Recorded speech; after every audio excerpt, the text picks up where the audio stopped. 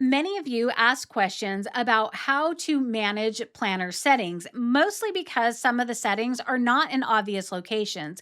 So, in this lesson, we will discuss how to find and manage notifications, how to manage the plan details, delete a plan, share a plan, export it to Excel, and duplicate it. To get started, I am back in the red wagon plan that we've been working on throughout this mini course. I'd like to draw your attention to the settings icon in the upper right-hand corner. Clicking settings opens a pane on the right-hand side of the screen. At the top, click on the word notifications. The planner notifications dialog box appears with three options to toggle on or off. The first is email me when someone assigns me a task. If the task is assigned to multiple people, everyone will receive an email. However, if you assign the task to yourself, an email will not be sent because the system logic assumes that you know you're assigning yourself a task and therefore you don't need an extra email cluttering up your inbox.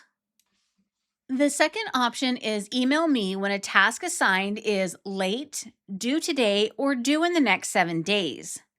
The third option only applies to premium plans or portfolios. If you have the basic planner license that comes with your standard M365 account, it will not apply to you. However, I like to leave this on because you never know when you might work with a group that does have the premium license and you might not even know it. According to the Microsoft documentation linked at the bottom of the dialog box, if the plan is associated with a group that has more than 50 members, the email for premium and portfolio does not go out. By default, all notifications are turned on. Come here to toggle them off if you feel like you're receiving too many emails. This only impacts your notifications and will not change anything for other plan members. If you made changes, click Save. Otherwise, click Cancel to close the dialog box. Just below the settings icon is the Share dialog box. Members of the group the plan is associated with automatically have access to all plans in that group. The Share option is for those who do not have access. Click the Share button, then select Share from the drop-down menu. The Share dialog box will open. Type the name or email address to add a new member to the plan. Please note the text that says adding someone to the plan also adds them to the associated group.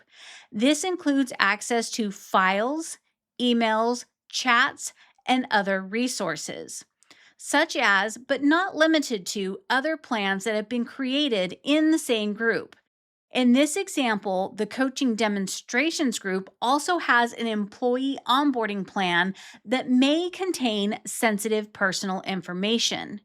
It's a good idea to review what new members will get access to and then add people with caution. In this case, I am adding a new team member who does need access to all of the resources. To finish the process, all I need to do is click Add. The second option under Share is Copy Link to Plan. This generates a link that you can share with anyone, whether they have access to the plan or not. If the person receiving the link is not a member of the group, they will have view-only access to the plan. You might use this option when you have a stakeholder who wants to track the progress of your project but does not get involved in the day-to-day activities. For example, the IT department is working on creating a new application. The senior manager who sponsored the project likes to occasionally look at the planner board to prepare for status update meetings. I've logged into a test account for a fake user called Joni. She can click on the task card to view the information, but cannot update any details, mark a checklist item as complete, or mark the task as complete. She also cannot participate in the task chat. If Joni needs permission to update the task card, a note at the top says to contact the plan owner to request access. Now, I can hear someone thinking, how do we know who the group owner is? This can be tricky. If the group is public, you can go to Outlook, select Groups, and search for the group name. The group name can be found under Settings, which we'll look at in a moment. When you find the group in Outlook, go to the Members tab. In the Role column, it will say either Owner or Member. In this example, Joni can see that I am an owner of the group and will send me a message. If the group is private, the best option is to either send a message to the person who provided the link or pull up the Share dialog box to see a list of members. Even if the person they select is not one of the owners, all members of the group can see the Members tab in Outlook so they can easily find the owner information. Now let's go to the menu options on the left-hand side of the screen. Click the three dots for more plan actions. The options that you can interact with on the drop-down list will depend on whether you are a plan owner or member. For example, members will not be able to select delete this plan because it's grayed out. In this case, I am a plan owner and therefore have access to everything. First, let's look at plan details. This opens a pane from the right-hand side of the screen. If you are a plan member, this will be view only. As a plan owner, you can edit the things within this pane. At the top, you have the option to change the plan name if necessary. Below that, you have two tabs. We are currently on the Settings tab. From here, you can change the group name, description, and privacy. If your company uses them, you can also add or modify a sensitivity label. It's important to know that the changes will be for the whole group and not just the information associated with this plan. At the bottom of the settings pane is an option to delete the plan. A floating dialog box appears asking, do you really want to permanently delete the plan and all of the tasks? Permanently means that once you click I understand and then click delete, the plan will be gone and it cannot be recovered, not even by an IT administrator. Now, if you truly want to delete the plan, you will click I understand and delete. However, I am not ready to delete this plan, so I'm going to click cancel to close the dialog box. Back in the Settings pane, click the Suggested Backgrounds tab. This is where you will find a few options to add a background to the plan board. It is for style only. One reason setting a background could be nice is that it offers a bit of contrast, making the task cards stand out from the background. The options you see are based on the words in the plan title. Sometimes I don't like the options presented, but the trick that I learned is to change the title temporarily to get a new set of options. When you find one you like, select it, then change the plan name back to the original. The background can be set by plan owners and members. The choice will be displayed to all plan members. It might be worth considering if you need to establish internal rules about who can change the background. I say this because I've seen situations where someone thought they were just testing options that only applied to them. Other group members were confused by the name of the plan and the background constantly changing. It only took a little user education to resolve the issue.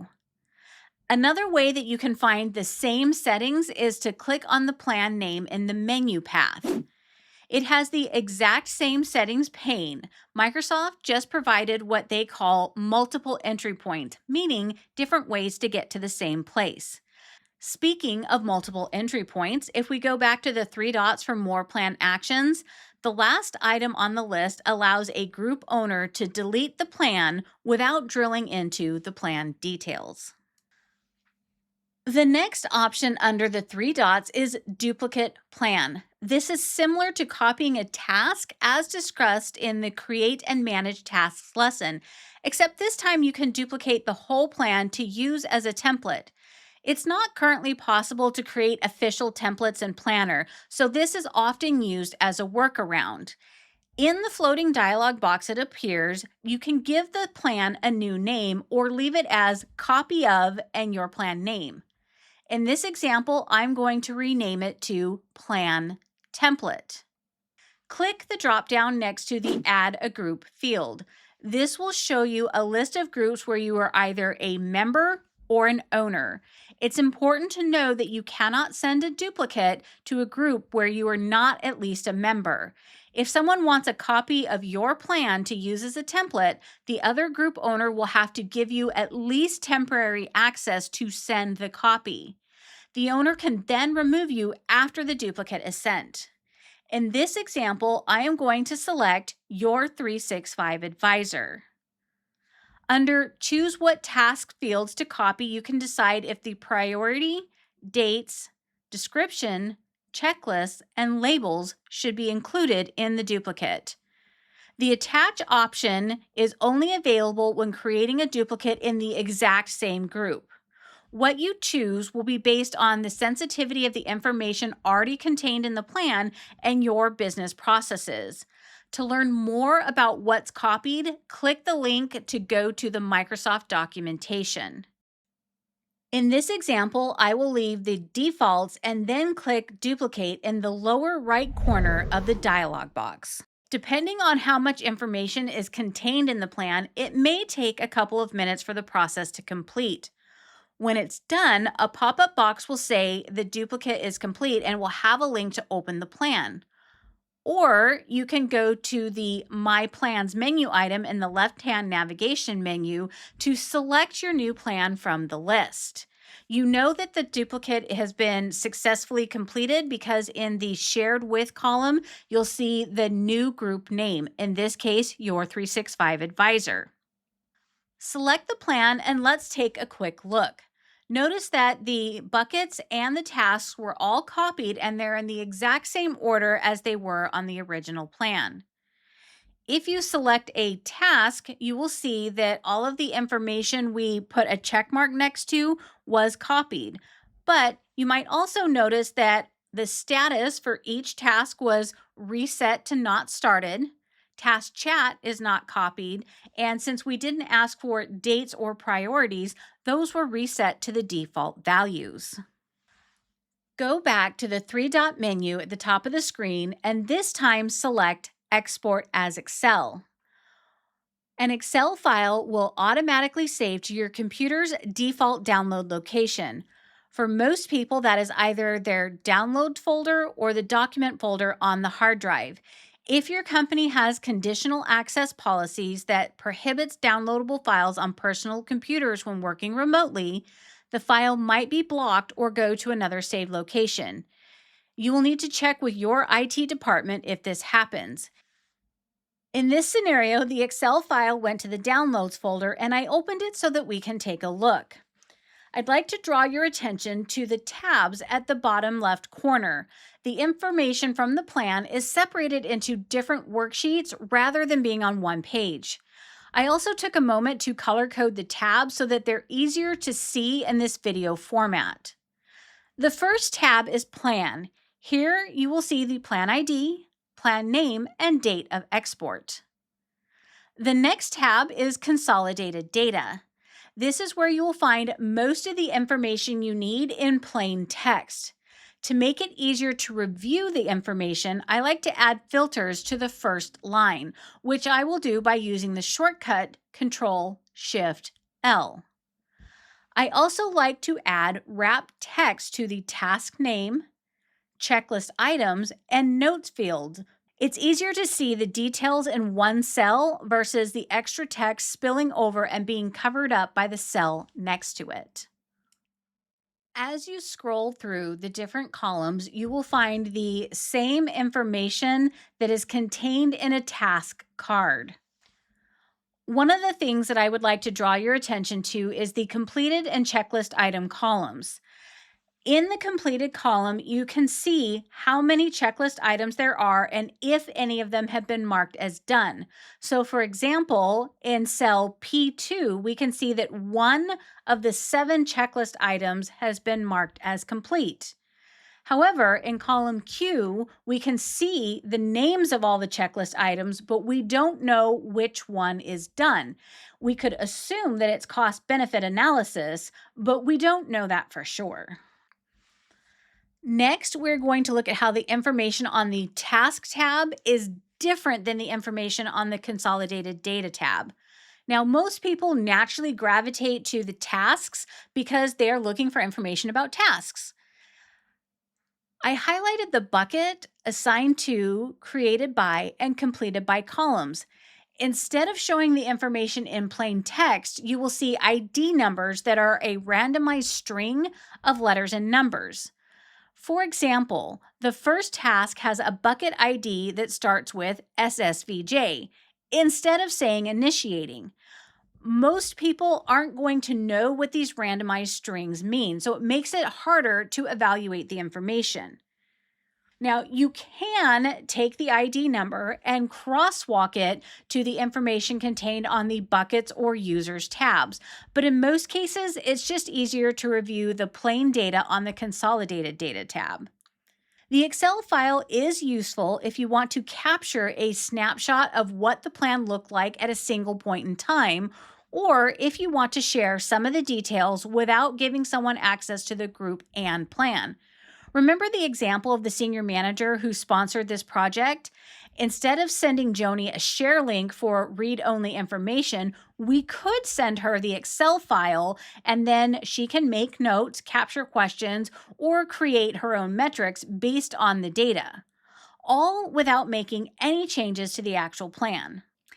This is the end of the mini course about how to use the basic version of Microsoft Planner that comes with most M365 business accounts. Thank you for watching, and I'll see you in the next video.